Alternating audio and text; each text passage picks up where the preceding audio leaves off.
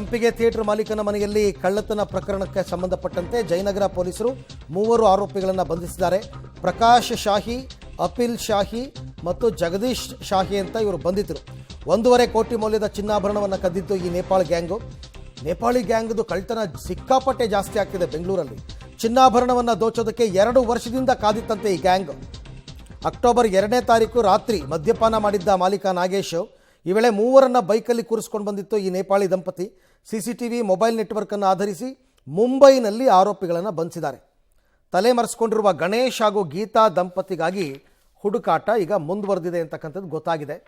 ಇದೇ ರೀತಿ ಇನ್ನೊಂದು ಕಡೆ ಅರಿಹಂತ್ ಜ್ಯುವೆಲರ್ಸ್ ಮಾಲೀಕರ ಮನೆಯಲ್ಲೂ ನೇಪಾಳಿ ಗ್ಯಾಂಗೇನೆ ಸುಮಾರು 15 ಕೋಟಿ ಮೌಲ್ಯದ ಚಿನ್ನಾಭರಣ ಕದ್ದಿದ್ರು.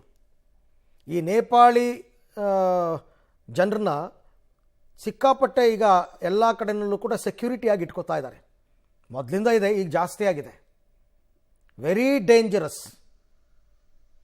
ನೇಪಾಳ ಮೂಲದವ್ರನ್ನ ಸೆಕ್ಯೂರಿಟಿಯಾಗಿ ಇಟ್ಕೊಳ್ಳೋದು, ಅವ್ರ ಗಂಡ ಹೆಂಡತಿ 1-2 ಮಕ್ಕಳು ಬರ್ತಾರೆ, ಅವ್ರಿಗೊಂದು ಮನೆ ಕೊಟ್ಬಿಟ್ಟು ಮನೇಲೇ ಇಟ್ಕೊಳ್ಳೋದು ಅವ್ರ ಕೆಲಸನೇ ಇದು. ಆಮೇಲೆ ಅವ್ರು ತುಂಬ ಕಾಯ್ತಾರೆ ಅವಕಾಶಕ್ಕೋಸ್ಕರ. ಏನೂ ಗೊತ್ತಿಲ್ಲದೆ ಇರೋ ಅಮಾಯಕರ ಥರ ಇರ್ತಾರೆ. ಒಂದು ದಿನ, ಒಂದು ಫೈನ್ ಡೇ ಅವರು ಎಲ್ಲವನ್ನು ದೋಚ್ತಾರೆ. ಈ ಬಗ್ಗೆ ಮತ್ತಷ್ಟು ಮಾಹಿತಿ ನನ್ನ ಕೊಲೀಗ್ ನರಸಿಂಹಮೂರ್ತಿ ಅವರಿಂದ ಪಡ್ಕೊಳ್ಳೋಣ. ಮೂರ್ತಿ, ಈಗ 3 ಜನರನ್ನ ಅರೆಸ್ಟ್ ಮಾಡಿದ್ರೆ ಓಕೆ, ಬಟ್ ಈ ನೇಪಾಳದ ಮೂಲದವ್ರನ್ನ ಸೆಕ್ಯೂರಿಟಿಯಾಗಿ ಇಟ್ಕೊಳ್ಳೋದು ಸ್ವಲ್ಪ ಇದ್ರ ಬಗ್ಗೆ ಜನರು ಕೂಡ ಆಲೋಚನೆ ಮಾಡಬೇಕಲ್ವಾ? ಯಾಕೆಂದರೆ ಮೇಲಿಂದ ಮೇಲೆ ಇಂಥ ಪ್ರಕರಣಗಳು ವರದಿಯಾಗ್ತಾ ಇದೆ.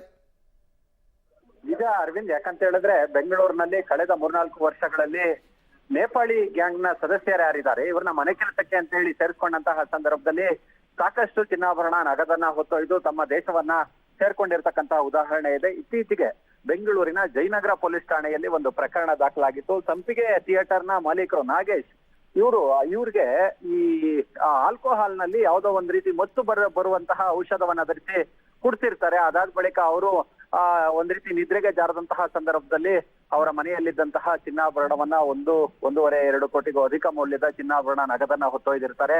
ಪ್ರಕರಣ ಸಂಬಂಧ ಇದೀಗ 3 ಬಂಧನ ಮಾಡಲಾಗಿದೆ. ಇನ್ನು ಮತ್ತೆ ಅವರ ಮನೆಯಲ್ಲಿ ಕೆಲಸಕ್ಕೆ ಇದ್ದಂತಹ 2 ದಂಪತಿಗಳು ಯಾರಿದ್ರು ಅವ್ರು ಇನ್ನೂ ಕೂಡ ಸಿಕ್ಕಿಲ್ಲ. ಅವ್ರಿಗಾಗಿ ಹುಡುಕಾಟವನ್ನ ನಡೆಸುವ ಕೆಲಸವನ್ನ ಮಾಡಲಾಗ್ತಿದೆ. Arvind. Right Murthy, thank you ತಮ್ಮೆಲ್ಲ ಮಾಹಿತಿಗಾಗಿ.